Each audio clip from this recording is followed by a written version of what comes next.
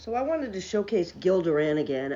I did a article that he wrote yesterday about Peter Thiel, well, Curtis Yarvin specifically, of the Dark Enlightenment, and how he was getting afraid that he was going to have to leave the country soon. This is an article called "Is the Nerd Reich Taking Over the Government?" A group of Silicon Valley billionaires is causing chaos in the federal government by shuttering agencies, firing workers en masse, and flouting legal and political norms. According to journalist Gil Duran, the chaos is carefully orchestrated as figures like Elon Musk, David Sachs, and Peter Thiel follow a playbook conceived by far-right thinkers on how to take down institutions and seize power. We talked to Duran about what these tech elites, a group he calls the Nerd Reich, are reading, thinking, and saying. Gil Duran is a journalist, and he produces a newsletter covering the tech industry called The Nerd Reich, if you don't follow The Nerd Reich on YouTube, follow them. He's also on Substack. So Curtis Yarvin's vision of CEO dictatorships. Curtis Yarvin, a former software programmer who's blogged as Mencius Moldberg, is a key ideological influencer on far-right Silicon Valley figures. He advocates replacing democracy with a dictatorship, purging bureaucracies, replacing government employees with loyalists, and subjecting citizens to total surveillance, which is the surveillance state that I've been screaming from the rooftops of my last two TikTok accounts and into the current.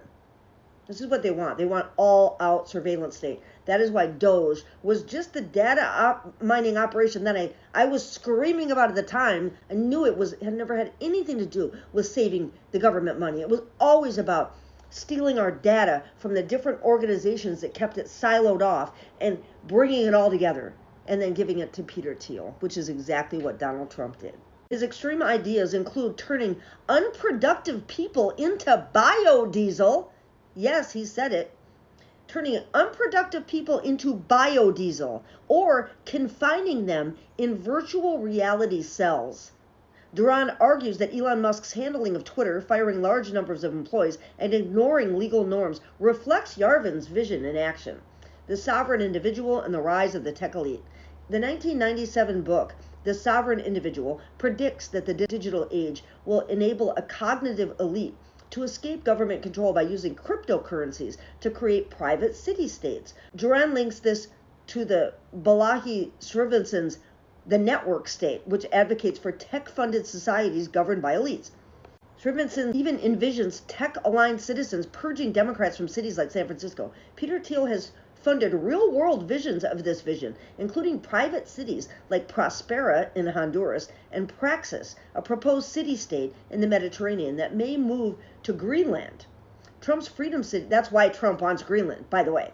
Trump's Freedom Cities initiative also aligns with this tech-driven agenda, the strategic alliance between tech elites and Trumpism.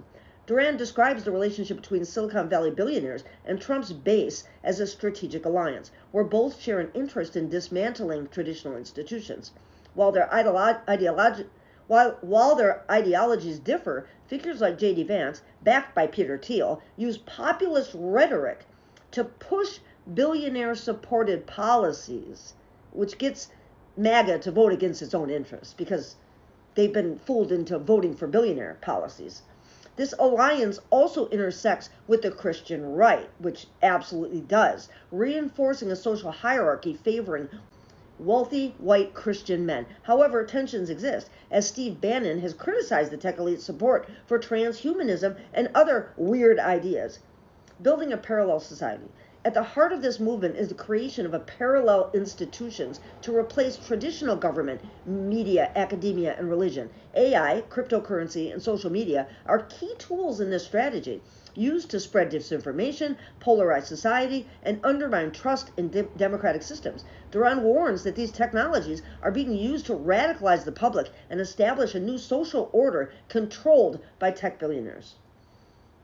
Resisting the tech-driven authoritarian shift. Despite the growing influence of the Nerd Reich, Duran argues their movement is not invincible. Public awareness is key. Understanding their ideology, reading their works, and discussing them can expose their plans. Duran also sees potential fractures within the alliance, particularly between the tech elite and the populist right.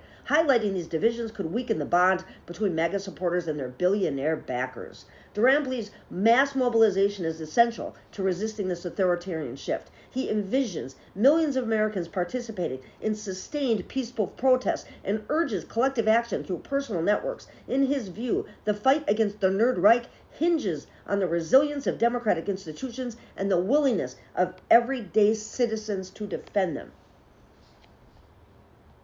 That's you and me, folks. That's you and me. And we've just gotten our assignment, as if we didn't know it already. Again, if you don't follow Gil Duran on his Substack or on YouTube or wherever else you can find him, please do. You will be getting invaluable information. Thank you for watching my videos.